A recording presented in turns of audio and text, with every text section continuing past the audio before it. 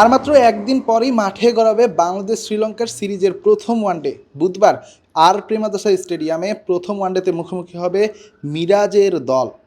মেহেদী হাসান মিরাজ প্রথমবারের মতো ওয়ানডে দলের দীর্ঘমেয়াদে ক্যাপ্টেন্সি পেয়েছেন।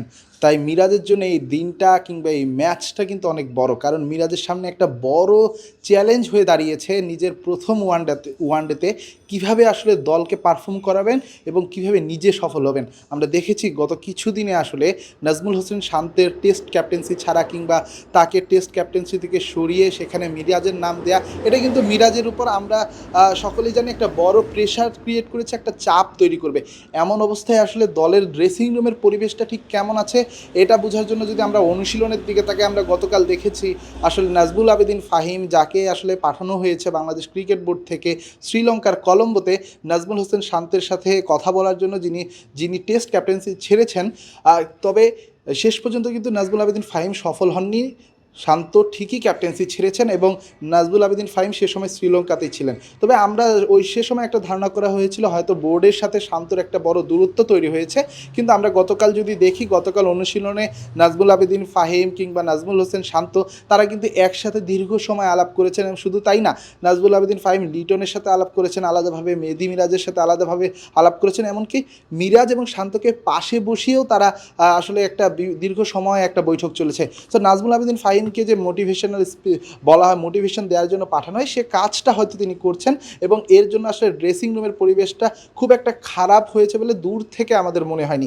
আমরা গতকাল দেখেছি আসলে মেহেদী হাসান মিরাজের যেহেতু প্রথম ক্যাপ্টেন্সি, প্রথম ম্যাচ, সেহেতু মেহেদী হাসান মিরাজের মধ্যে যে সিরিয়াসনেসটা দেখা গিয়েছে, এটা এর আগে কখনো প্র্যাকটিসে কিংবা ট্রেনিংয়ে মেহেদী হাসান মিরাজের কাছ থেকে দেখেছি কিনা আমার ঠিক মনে পড়ে না। আমরা দেখেছি রিশাদ হোসেন, যিনি বাংলাদেশের লেগ স্পিনারদের মধ্যে সবথেকে বর্তমানে সুপারস্টার, যে বাংলাদেশের বাইরেও যে ফ্র্যাঞ্চাইজি লিগগুলো হয় সেগুলোতেও তিনি নিয়মিত যাচ্ছেন।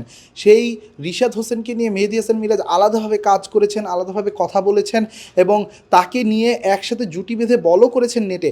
তা এ থেকে বোঝা যায় কিন্তু রিশাদ হোসেন কিন্তু আগামীকালের এই ম্যাচটাতে এক প্রকার নিশ্চিতই বলা যায় তিনি খেলছেন, কারণ মেহেদী হাসান মিরাজ তাকে যতটা অ্যাটেনশন দিয়েছেন, হয়তো মেহেদী হাসান মিরাজের যে পরের যে অপশন, যে মেহেদী হাসান মিরাজের যিনি সাপোর্টিভ স্পিনার হিসেবে থাকবেন, সেটা রিশাদের নামটাই বলা যায়। আর রিশাদ, আমরা যদি দেখি রিশাদ আসলে গত কয়েক বছরে বিশ্ব ক্রিকেটে যেভাবে পারফর্ম করছেন, টি-20 ওয়ার্ল্ড কাপে আমরা তার পারফরমেন্স দেখেছি, ট্রিমেন্ডাস। তিনি একটা খুব ভালো ফর্মের মধ্যে আছেন। হ্যাঁ, হয়তো লেগ স্পিনাররা একটু রান দেন, একটু খরুচান, কিন্তু লেগ স্পিনাররাই কিন্তু দলকে শেষ পর্যন্ত ব্রেক থ্রোটাও এনে দেন এবং সেই কাজটা কিন্তু রিশাদ হোসেন ঠিকঠাক মতো করছেন। তো আজকের আমি একাদশটা নিয়ে কথা বলবো, যেহেতু আজকে সারাদিন বাংলাদেশের কোনো অ্যাক্টিভিটিস নাই। বাংলাদেশের প্র্যাকটিস রাত 8টা থেকে রাত 10টা পর্যন্ত এবং 7টার দিকে প্রেস কনফারেন্স হওয়ার কথা রয়েছে। সো সারাদিন একটা ফাঁকা সময় যাচ্ছে। তো আমি আমার হোটেলের বাহিরেই ঠিক এটা হচ্ছে করিডোরটাতে, সেখানে দাঁড়িয়েই আসলে আপনাদের একটা ইনফরমেশন অন্তত দেওয়ার চেষ্টা করি। আমি যতদূর গতকাল প্র্যাকটিস দেখে ধারণা করেছি আগামীকাল ম্যাচের জন্য যে একাদশটা হতে পারে, সেই একাদশটা হয়তো আপনাদেরকে আমি একটু জানানোর চেষ্টা করব। সবথেকে ভালো কথা হলো আমাদের যে একাদশ বানাতে গিয়ে হয়তো মেহেদী হাসান মিরাজকে একটু বিপদেই পড়তে হবে, কারণ হলো আমাদের এই দলে বা এই যে স্কোয়াডটা রয়েছে ওয়ানডে দলে, সেখানে 4 থেকে 5 জন শুধু ওপেনার রয়েছে। সো ওপেনিং স্পটে একটা কিন্তু বড় আসলে চমক দেখা যেতে পারে। আমরা দীর্ঘ সময় দেখেছি আসলে লিটন কুমার দাসকে ওপেনিং করতে কিংবা ওপেনিংয়ের প্লেসে ব্যাটিংয়ে নামতে, কিন্তু এবার কিন্তু একটা ব্যতিক্রম ঘটতে পারে। হয়তো বা লিটন কুমার দাস তার ওপেনিং স্পটটা হারাবেন। সেখানে তানজিদ হাসান তামিম, যিনি আসলে ওই স্পটটা এক প্রকার নিশ্চিতই করে ফেলেছেন, কারণ তিনি যেভাবে খেলছেন, তিনি যেভাবে রানের মধ্যে আছেন, তানজিদ হাসান তামিম কিন্তু নিয়মিত একাদশের মুখ হয়ে গিয়েছেন এবং তাকে কিন্তু এক নাম্বার ব্যাটসম্যান হিসেবে ওপেনিংয়ে রাখতেই হবে, তিনি থাকবেন। আর দ্বিতীয় যে ব্যাটার, এই ব্যাটারকে নিয়ে আসলে অনেকগুলো অপশনস ক্রিয়েট হয়েছে। আমরা দেখেছি নাইম শেখ আছে, পারভেজ হোসেন ইমন আছে, লিটন কুমার দাস আছে, আমরা জানি নাজমুল হোসেন শান্তও ওপেনিং করেন। সো এই জায়গায় একটা বড় মিক্সড আপ হবে এবং এখানে যতদূর আমার মনে হয়েছে বা আমি যতদূর ফিল করেছি, যে এই জায়গায় নাইম শেখকে একটা সুযোগ দেওয়া হতে পারে, যেহেতু এক্সপিরিয়েন্স এবং শ্রীলঙ্কার বিপক্ষে প্রথম যে ওয়ানডেটা, এই ওয়ানডেতে আসলে একটু এক্সপিরিয়েন্স কাউকে দরকার। তানজিদ হাসান তামিম যেহেতু একটু আসলে তরুণদের মধ্যেই পড়ে এবং নাইম শেখের সেই কিন্তু এক্সপিরিয়েন্সটা রয়েছে। সো নাইম শেখকে এখানে আমরা দেখতে পারি আগামীকাল যে ম্যাচ রয়েছে তানজিদ হাসান তামিমের সাথে নাইম শেখ ওপেনিংয়ে নামবেন এবং পরের যে স্পটে নাম্বার 3-এ থাকতে পারেন নাজমুল হাসান শান্তর থাকাটা খুব নিশ্চিত, কারণ তিনি নিয়মিতই আসলে 3 নম্বরে ব্যাট করে আসছেন, যদিও ওপেনিংয়ে কখনো করেছেন, কখনো 4 নম্বরে করেছেন, তবে 3 নম্বরেই হয়তো নাজমুল হোসেন শান্তকে আমরা দেখতে পাবো। নাজমুল হোসেন শান্তর পর আসলে 4 নম্বরে কে আসবে? 4 নম্বরে আসলে দুজন প্লেয়ারের কথা রয়েছে, তবে যতদূর মনে হচ্ছে তা তাওহিদ হৃদয় আসলে 4 নম্বরে নামার কথা এবং তারপরে আসলে লিটনকে নামার কথা। আবার ক্যাপ্টেন যদি চান আসলে লিটনকে উপরে দিয়ে তাওহিদ হৃদয়কে 5 নম্বরে খেলান কিনা, এটা আসলে ক্যাপ্টেনের ব্যাপার। তবে যতদূর মনে হচ্ছে তাওহিদ হৃদয় 4-5 নম্বরে থাকবে লিটন কুমার দাস। 6 নম্বরে কে থাকবেন? 6 নম্বরে মেহেদী হাসান মিরাজ থাকবেন, যিনি ক্যাপ্টেন।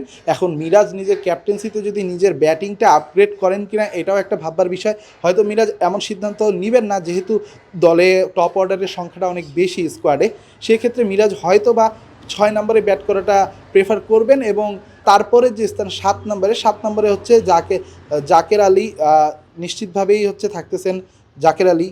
তারপরে 8 নম্বরে থাকবেন হয়তো রিশাদ হোসেনকে নিতে হবে, কারণ আমরা জানি যে মেহেদী হাসান মিরাজের যিনি সাপোর্টিভ স্পিনার হিসেবে হয়তো বা রিশাদ হোসেন আগামীকালের ম্যাচটা খেলবেন এবং রিশাদ হোসেনই থাকবেন 8 নম্বরে। তারপরে যে 9, 10, 11 এই 3টা হলো পেসার। এই 3টার মধ্যে 2জন পেসার তো একেবারে নিশ্চিত, আমরা জানি তাসকিন আহমেদ, মুস্তাফিজুর রহমান দুজনেই আসলে ইনজুরি কাটিয়ে দলে ফিরেছেন এবং এই দুজনই আগামীকালের ম্যাচে খেলবেন এক প্রকার নিশ্চিতই বলা যায়। এবং 11 নম্বর স্পটটাতে আসলে কাকে নেওয়া হবে? হাসান মাহমুদকে নেওয়া হবে নাকি সাকিবকে নেওয়া হবে? তানজিম সাকিব যদি আসলে খেলেন সেক্ষেত্রে বুঝতে হবে যে হাসান মাহমুদ এখনও ইনজুরিতে রয়েছেন এবং তার যে একটা ছোট একটা ইনজুরি ছিল সেই ইনজুরিটার ব্যথা এখনও সারেনি। কারণ আমরা জানি হাসান মাহমুদ সাদা বলের ক্রিকেটে অন্তত বাংলাদেশের বর্তমান একটা অপরিহার্য অংশ। সে হাসান মাহমুদকে যদি আগামীকালের ম্যাচে না খেলিয়ে যদি সাকিবকে খেলানো হয় সেক্ষেত্রে বুঝতে হবে যে হাসান মাহমুদের ইনজুরিটা এখনও ঠিকঠাকভাবে সেরে ওঠেনি। তো এই ছিল আসলে একাদশ নিয়ে আমার কাছে সর্বশেষ তথ্য এবং এটি যে আগামীকালের ম্যাচে থাকবে এমন কোনো কথা নেই, এটা জাস্ট আমার একটা প্রেডিকশন। আমি আপনাদেরকে দেওয়ার চেষ্টা করলাম মাঠে অনুশীলন দেখার পর আমার যতটা মনে হয়েছে এই একাদশী হয়তো বা আগামীকালের যে ম্যাচটা রয়েছে সেই ম্যাচে বাংলাদেশ মুখোমুখি হবে শ্রীলঙ্কার সাথে বাংলাদেশের যে মাঠের লড়াই এবং মাঠের বাইরের লড়াই এটা নিয়েও বেশ আলোচনা হয়। এই ক্রিকেট ম্যাচটাকে আসলে বর্তমানে এশিয়ার অন্যতম সেরা প্রতিদ্বন্দ্বিতামূলক ম্যাচ ধরা হয়। এই তাদের আসলে নাগিন ড্যান্স থেকে শুরু করে টাইম আউট ইস্যু, নানা ঘটনায় নানাভাবে আসলে এই ম্যাচটা আসলে গুরুত্ব পায়।